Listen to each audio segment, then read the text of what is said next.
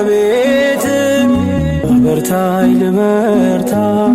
አጽናኝ ልጽና ልጅ ባህሩን ክፈለው በደረቅ እንዳልፈው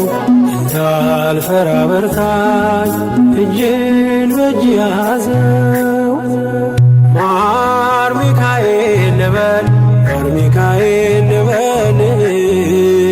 ማር ሚካኤል ልበል ማር ሚካኤል ልበል ባርከ አሳደግከኝ በቅኔ በዜማ መዝሙር አልሰስትም አባቴ ላንተማ በሞቱ ቀጠሮ ሰርጌ ደገስክለት ምን አለ ባህራን ስታተርፈው